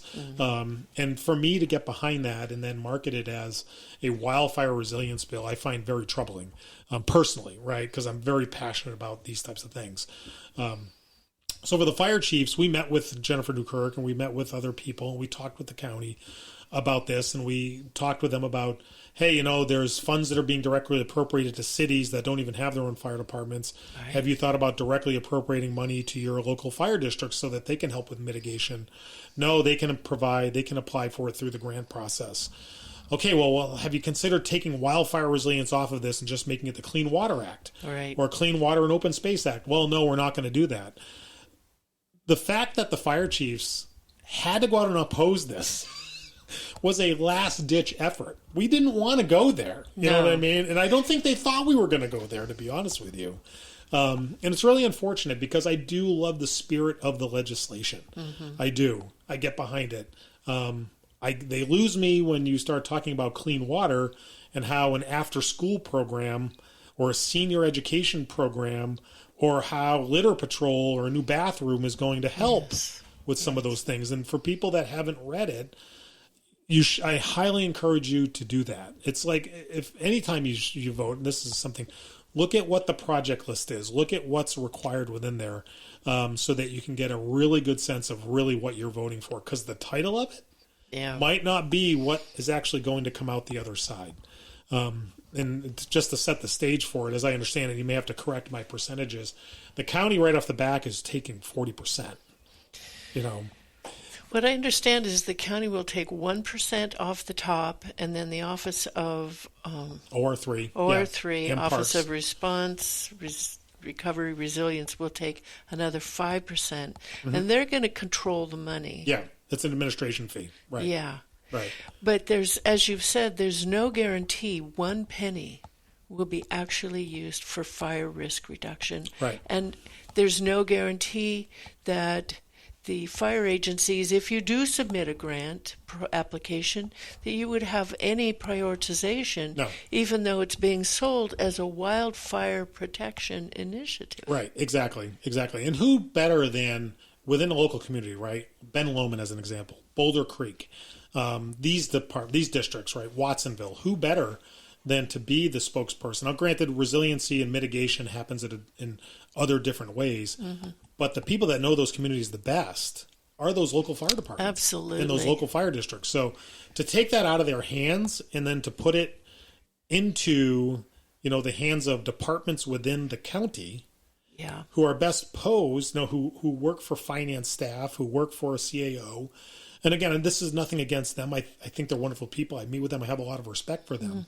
But the way this is couched, right, the way this is built is, here's this pile of money that's going to be coming. You're going to be responsible for it. You're going to take your piece off the top.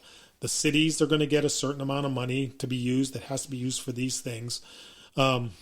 But it's a laundry list of things that it can be used for. Right, exactly. And that again is where I think that was revisions 15 through 20 is when some of those got added, and then the fat got mixed in, definitely. Yeah, no, I apply. Yeah, exactly. That's where some of this stuff went sideways. And that's what I was talking with the group about. Yeah. I hike at San Vicente Redwoods, right? I go up there a handful of times already.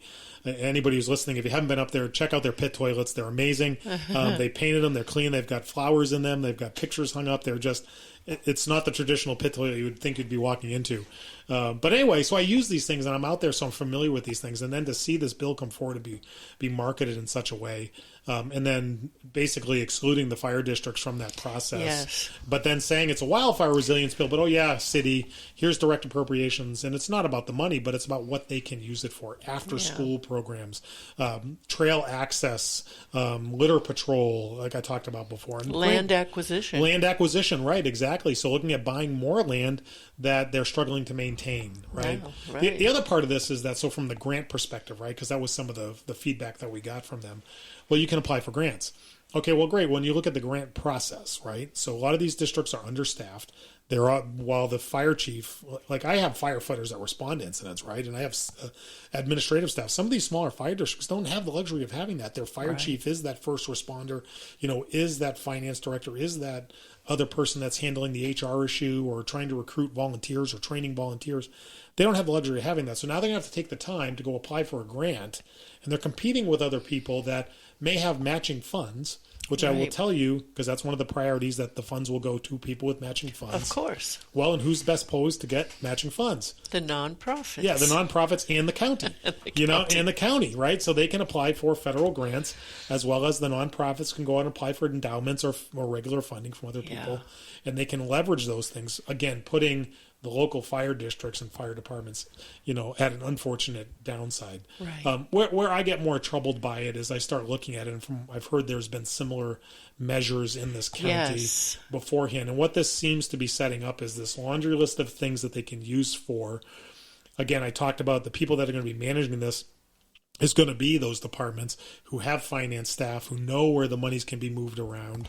They can go and actually get grant funding, so they're best poised to actually apply for these grants, get those matching funds, and use them however they want. Right. And then at the end of the day, the decision makers will ultimately be the county supervisors, but they have this independent review panel, which is not really independent because it's selected by the people that are on the board that's going to be approving this thing. So I can only imagine if somebody becomes a squeaky wheel that they're going to end up being replaced on that committee. I would bet they would be very quickly. So anyway, the whole, it just has this appearance that although it may have been intended for one thing at the beginning, when it went through all of those revisions and got spit out the other side, it turned into more of a general fund subsidy for the county, as well as a way for, this $89 parcel tax, a way for privates and nonprofits to get access to additional revenue. Yes. Meanwhile, these local communities,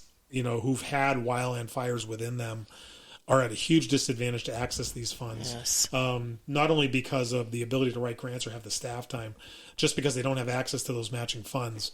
And then to market it as a wildfire resilience thing.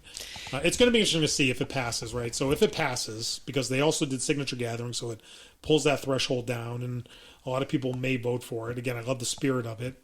If it does pass, it'll be interesting to see what happens, because they're going to put together their plan, their multi-year plan, and they're going to do all these things. But if fire departments apply for these things and they don't get the grants, I mean, what's going to happen next? I mean, is the Chiefs Association going to have to go back out to the public and say, look, we told you so. Here you go. It's just a really unfortunate situation. Yeah, it really is. The panel that we've had Sarah Newkirk from the Land Trust here talking with her about this, and I asked her about how would the project money be prioritized for different things.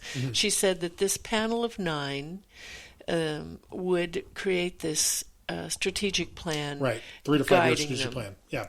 But those people again are handpicked by one from each county supervisorial district, one from each city, and you can be sure the nonprofits are going to be there. Sure. Yeah. Well, they may be the appointees from the cities. I'm sure they will be. Yeah. So it's not fair, and the other the thing that really sticks in my craw is that this is being called a citizen's petition under the Upland case. So it gets that 50% plus 1 threshold of approval. Yep. And the Land Trust, it's 3 main nonprofits, the Land Trust, Peninsula Open Space Preserve, and the Sempervirens. They paid signature gatherers. Yep. They paid them well. Yeah. And they got it qualified as a citizens' initiative, and it's not. Yeah, no, I applaud them for their strategy, right? At the end of the day, and I know I probably shouldn't be giving them props, but this was clearly not one person's idea. This was a group of people's idea of how to get it across. I think the work that Sarah Newkirk's doing and does is amazing. Protecting open space. Again, I talked about my passion for that. But when you look at it and you look at the process, they have been very strategic in their process, to the point of, and again, some of this stuff was disclosed in public meetings, so it's not anything that I'm sharing that's misinformation or something I've created. But a couple of things they did a lot of work behind the scenes, getting endorsements before it even went public. That's how I learned about it. Oh, really? There's a Fire Safe Council. Yeah, exactly. So, and they endorsed it, right? The Fire Safe Council endorsed it, and then they were going to endorse it without even seeing it. Right. Well, right. I think, and me. it's possible that that's the way a lot of it happened. Yeah. Because when we started speaking up against it, next thing you know, the phone's ringing, and it's like, "What are you doing?" And well, did you read the thing? This is what it says, and right. Because a lot of staffers that may work for different people may not understand the nuances or thought about it or whatever. But again, we gave them opportunity to try to change course or at least try to bring this on. But they did a lot of work ahead of time. They got a lot of donations ahead of time. They started that process early. Again, I applaud them for their campaign to where they are today. The fire chiefs are at a huge disadvantage. A lot of us just see this as we feel morally obligated by the oath that we have taken about protecting our communities to say, hey, look, people, this is not what you think it is. Yeah. The other thing that they did, which I know you've reached out and have brought this up as well, is they're basically as a lever trying to say that they've got a fire department union endorsement. As to offset our anti-statement and in public meetings talking about how they did this. Well, there was a donation made to their PAC fund. A sizable donation made to Local 3535. Exactly right, exactly. So and then she's disclosed that in public meetings about that as well. So and it's like, oh my goodness, again from a strategic standpoint, I applaud them for how they've gone about this but it's just unfortunate that it could have been as simple as taking wildfire off of it. That would be simple, wouldn't it? Yep. Yeah. But there's a couple of things, and I talked about this more broadly with other groups of people, and when people ask me, board has asked me, I've talked with other members, because it's not very often that, if at all, historically, that the fire chiefs would actually come out against a measure. It is, I think, unprecedented. Right, exactly. And again, this is kind of one of our last ditch efforts to try to address these issues. Yeah. So you've mentioned that historically this has happened before, things like it, over and over again. Mm-hmm. In 2018, there was a 50-cent sales tax passed, Measure G. Okay. One of the first words of benefit that this tax measure would provide was fire. Mm-hmm. Zero money has gone to fire for Measure G. In 2022. Well, you know why they do that, right? Well, it's because everybody is concerned about fire. Yeah, it's polling. Yes. It's a popular polling sentence. It's of course. Independent review. Yes. Or independent oversight. Citizens' oversight. Yeah, right. Oh, there's going to be, control over this, and until you start peeling away those layers and start looking at it. And again, this isn't meant to be, scrutinize any of the groups that are involved with this. Again, I love the spirit of it. Right. But when you start hanging all those other things on it, and then you try to market it as a wildfire bill, yeah. I feel that the fire agencies are being repeatedly used to sell measures. Well, yeah, and that's the shame. No, exactly, and it even goes beyond that, right? I mean, Scotts Valley Fire District right now is trying to build a new home for its firefighters. Yeah. Because they're in an unsafe house. Yeah. And now we're competing with a wildfire resilience bill. Yes. That's that people are having to weigh. Do I want to support open space or do I want to support a safe house for my community, my firefighters? And we're competing against that. No different than Measure R. Measure R is trying to fix fire stations and locate those. Right. Zianti Fire is trying to get a parcel tax passed so that they can Measure T, have firefighters that can respond. So, and we're competing against this. Yes. Right? I mean, just call it what it is. And there's a state proposition, Prop 4, that is that too. Yeah, exactly. And it almost duplicates the effort that's Measure Q. Yes. is doing. Right, exactly. And probably has even less accountability. Yeah, potentially. Right, exactly. At the state level. Well, I want to really thank the Fire Chiefs Association for standing up and filing opposition. I was working with a group of citizens, and we were ready to file. And then we heard about the Fire Chiefs Association.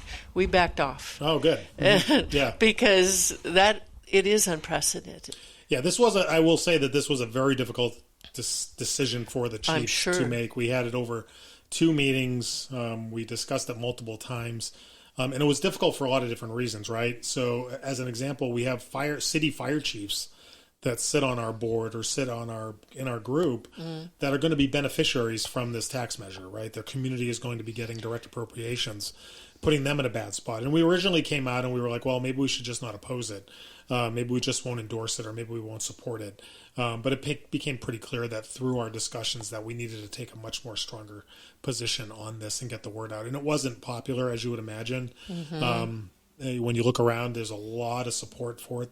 They've got a lot of momentum on this, and for us to stand up and say, hold on a minute, time out.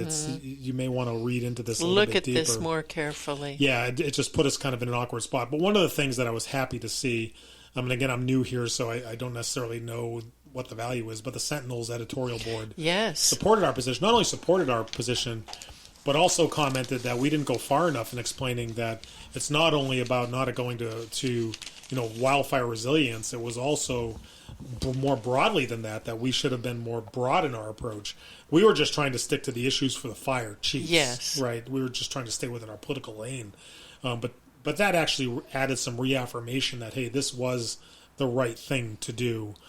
Stand up and say, hey, look, this isn't the best thing for our communities, especially when you're talking about it as a wildfire bill. Absolutely.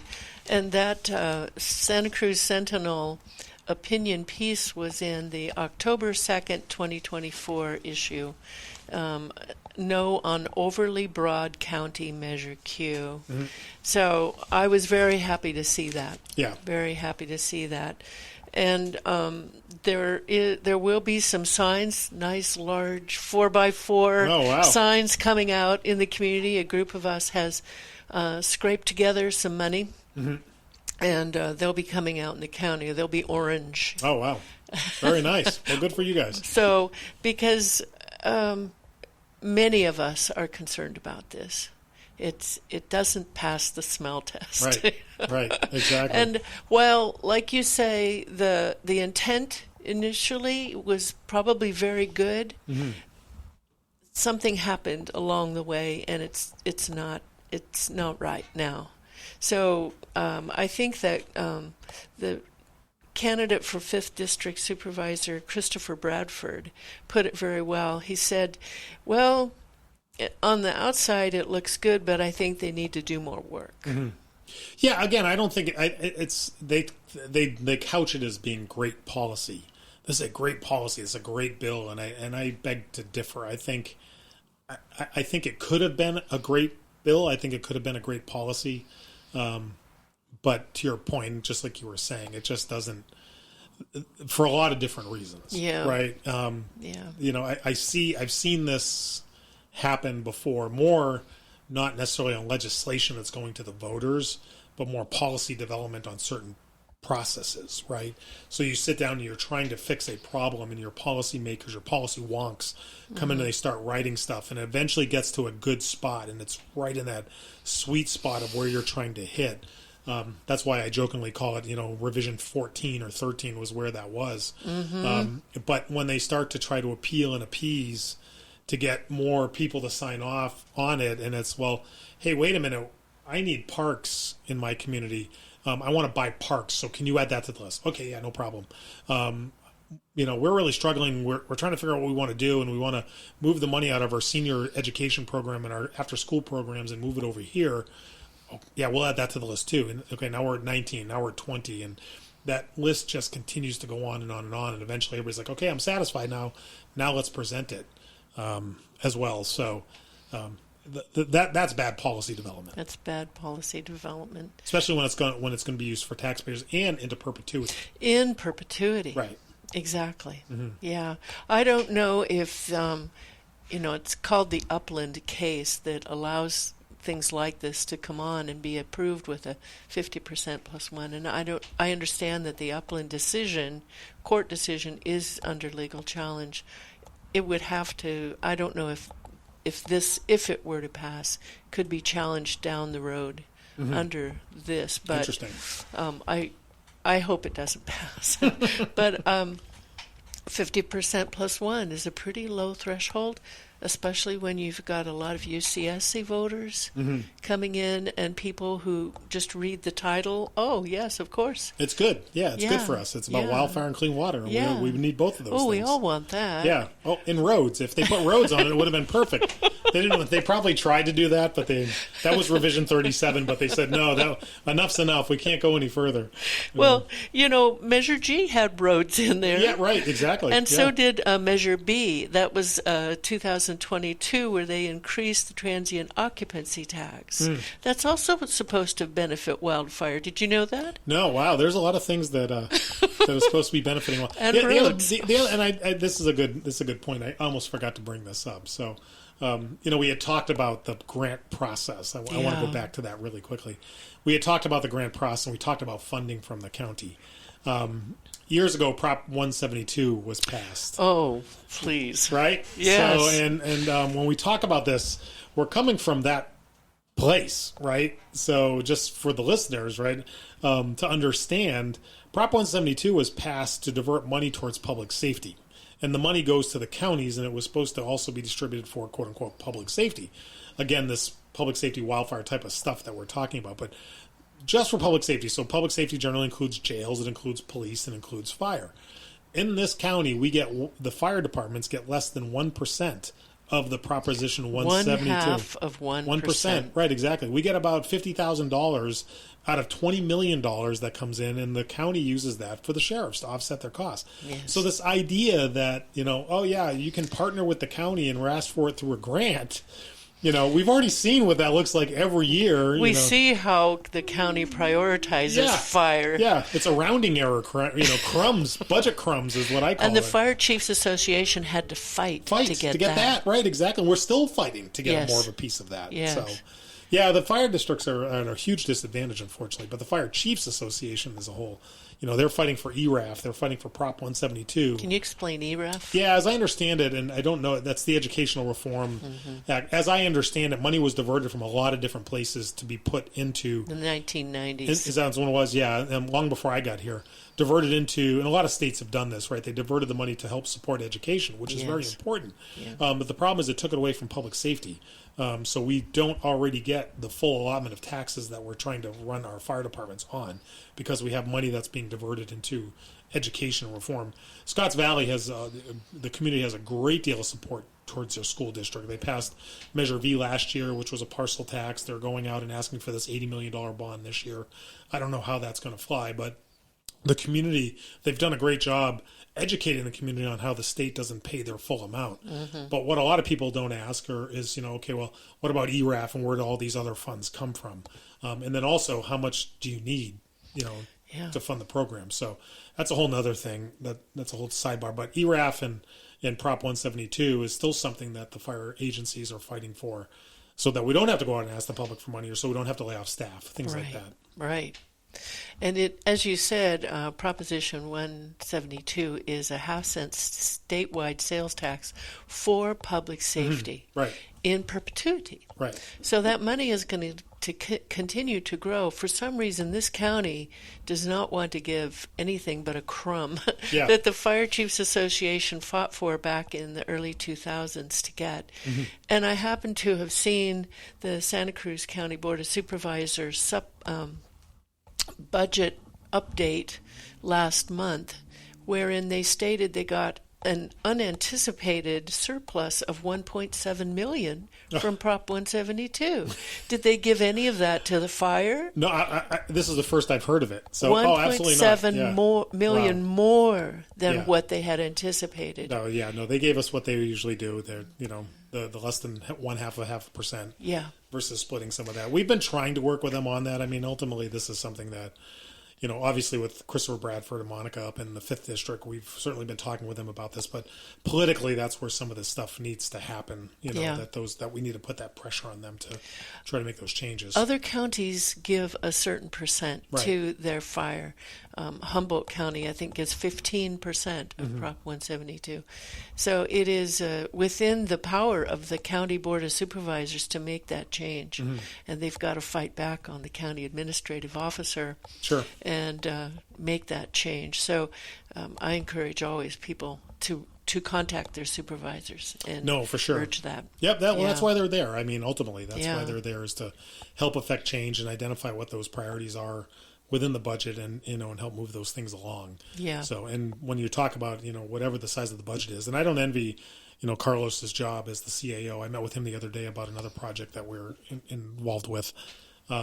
He's got a tough job, just like I do, right? I mean, as a fire chief at times, of how do you spend money, where do you appropriate it, where does it go, et cetera, et cetera. And if there was another group that's out there saying, within my fire district, saying, hey, I want so much more money, it would be hard for us to figure out how to deal with that. But at the end of the day, we would try to at least work with them and try to solve that problem versus them having to go to our elected officials and then saying, okay, you need to solve this, and now putting them in that position. So, especially for something that was Prop 172 that was designed, for that purpose. And was passed, as I understand it, was passed on the heels of a huge wildland fire in Southern California. It was overwhelmingly approved because people wanted the fire service funded. Funded, right, exactly. Yeah. Well, here we go. No on Measure Q, right? History is always repeating itself, apparently, in Santa Cruz County. Yeah. Well, recently there was a countywide half-cent sales tax, Measure K. Okay. That was passed in March. That was sort of encumbered. It passed using roads and fire as a way to sell it. And it was encumbered due to a lawsuit by Mr. Bruce Holloway up in the San Lorenzo Valley. He is one of my heroes, let me tell you that. He has the ability and the wherewithal to actually hire an attorney and take these people to task for the county allowed the city residents to vote on this county sales tax, when the city property owners will not be taxed. Yeah. It doesn't apply to the city. So he sued, and it was so that was holding up the Measure K monies. Right. Was recently settled, right? It was recently settled, and one of the wonderful things that was part of the settlement is that the county has to account for how they're spending Measure K money and Measure G money. Oh, interesting. That's so good. We'll see how that goes, because back in 2022, the county grand jury did an investigation of Measure G and thought it was quite deceitful. Oh, sure. And recommended that the county implement a sourcing or a pathway of transparency where people could see where the money was actually being spent.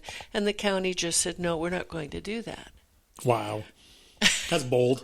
Well, they do that a lot to the grand jury report. Oh, I'm sure they do. Yeah, they don't want that. No. But this will happen now. Oh, good.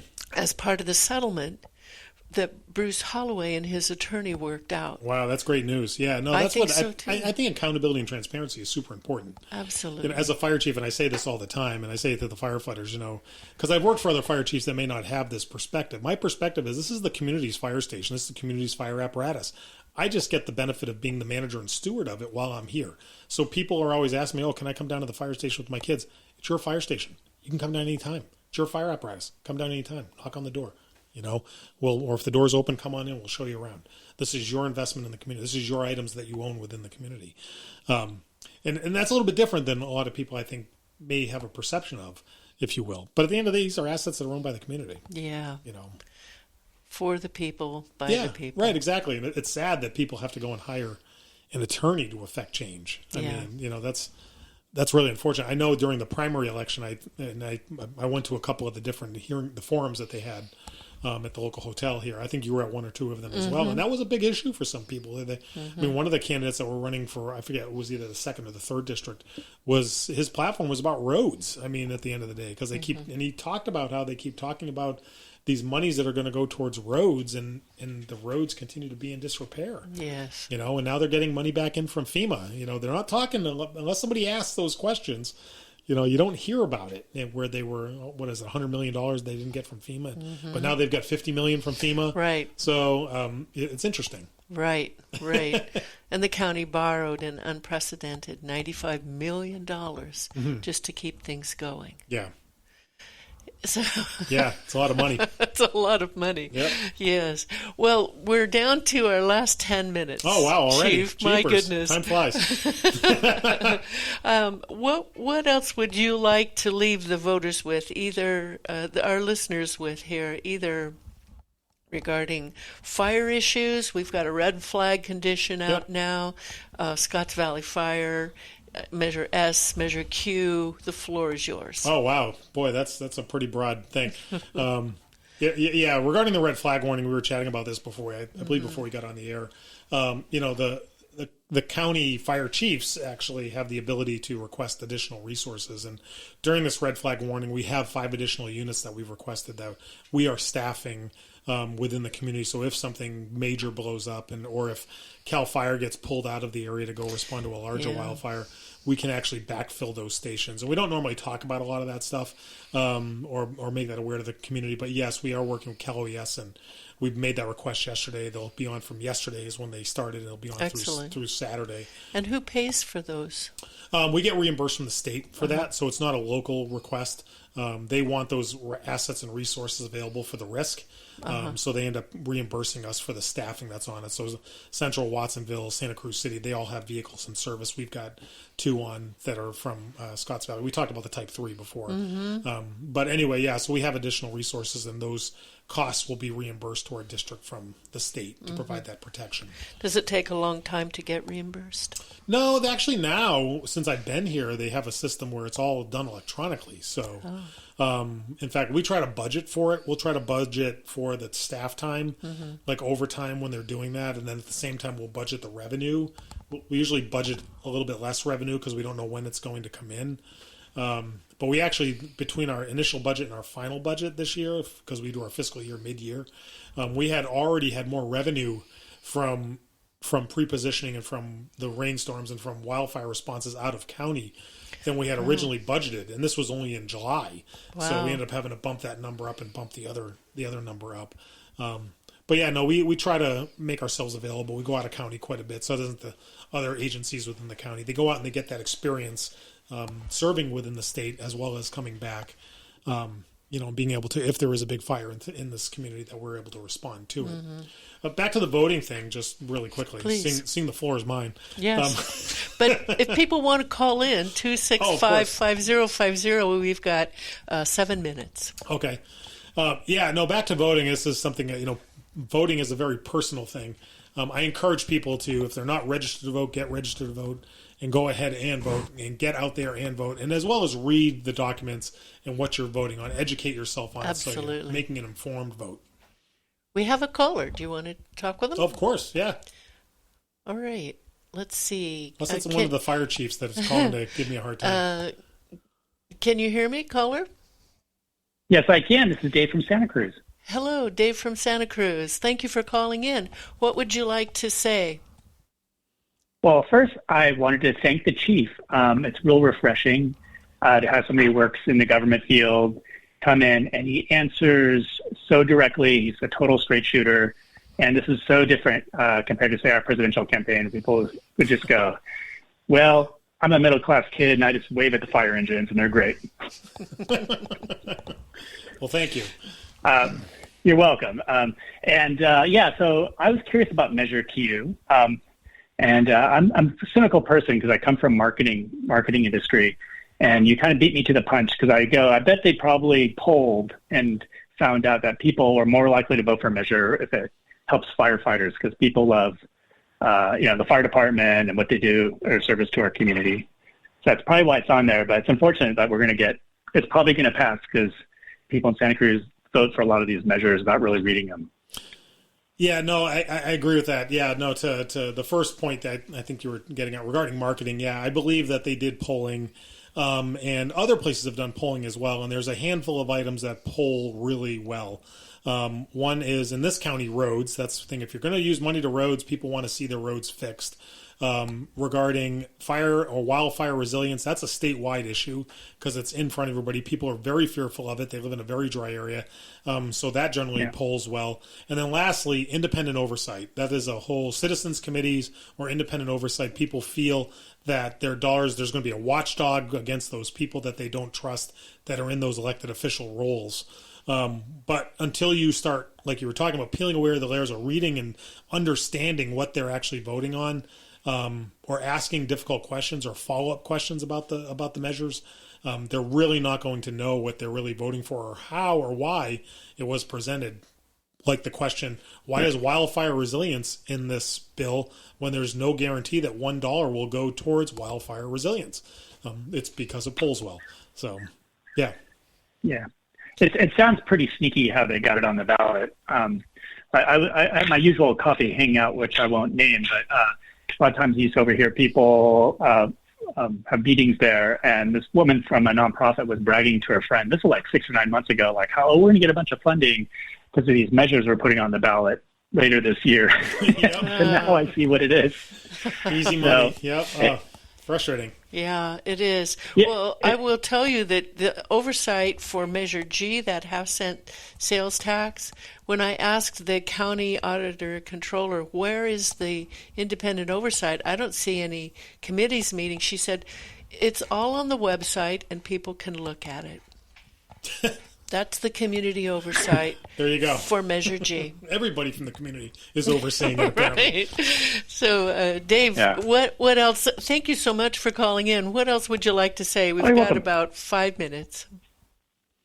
Well, it's pretty much it. It looks like this is a good measure of support, and you precisely said how much it will cost, and it goes to the stations. And I think on your previous show, you had somebody from Measure Arts, Central Fire, I think, was on. Yes. Also, like they have a plan and, to replace firehouses. It sounds good. I live by De La Vega Park. I'm real concerned about fire because it's really dry and, there's homeless people camping out in there and the city's pretty slow responding with the problem. And we've already had 3 fires this week.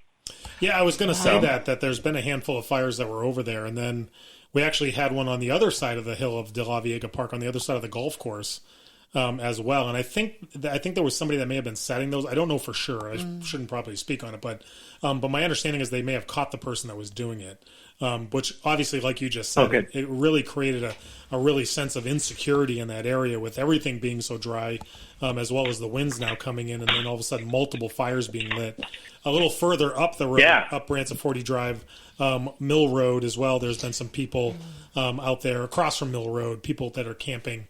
Homeless people or unhoused people that potentially have no other choice but to live out in their vehicles are trying to find a way to cook their food, and the neighbors are calling and concerned about it. So we have to go out there and deal with it. So it's a tough issue. Yeah. Right. Hey, well, thank you. Thank you for your service. No, thank you for the call. I appreciate it. Thank you. Thank you very much, Take Dave. care. Thank you. Bye-bye. Bye. So, thank you. No for problem. that. We've got 2 minutes. Oh, boy. Okay. All yours. You're going to sing a song, aren't you? No.